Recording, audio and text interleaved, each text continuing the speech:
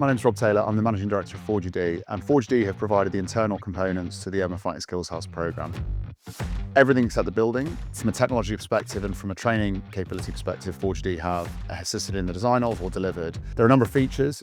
Got the SimWall, which is the reconfigurable panel system, movable panels that can be reconfigured into any scenario that the user wants, inclusive of doors, windows, double doors, and other things that create complex training environments, including half-light panels for early stage tuition.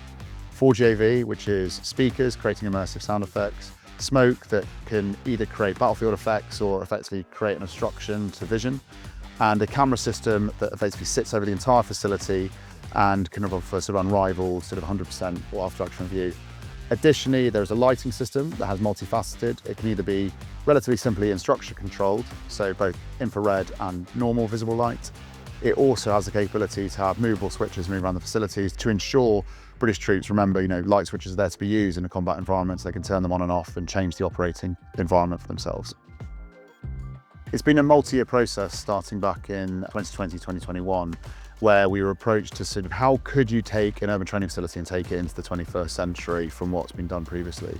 So we tried to look at what the use case would be. So multi-story, so looking at having the facility split over 2 stories, totally reconfigurable, and then having the technology both that could be used in the initial delivery, so stuff like the cameras and speakers, but also have a load of capacity that you could then plug in simulators and other technology the Army are going to be using in the future. So we tried to build it both for now, but also for the future. One of the things that ForgeAV does, as well as the obvious things like creating more immersion and the abstraction of view, is we're going to be recording everything that's going on in the scenario lengths, how quickly it takes people to move through the facilities.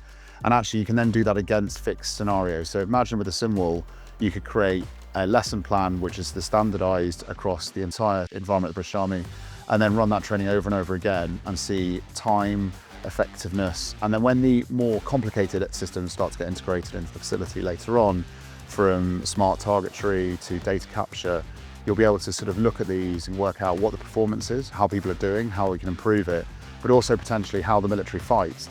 Are we fighting in a way that's sensible? Are there other ways of doing it? Could drones be more useful in a close quarters environment than rifles? Those sort of questions can be answered. So it's almost going to be a crawl, walk, run. Crawl, get used to it, get a baseline, walk, start to use technology and retest it, and then as the new technologies come in, data capture, there'll be a huge amount that can be done moving forward into the next 10 to 20 years of military training.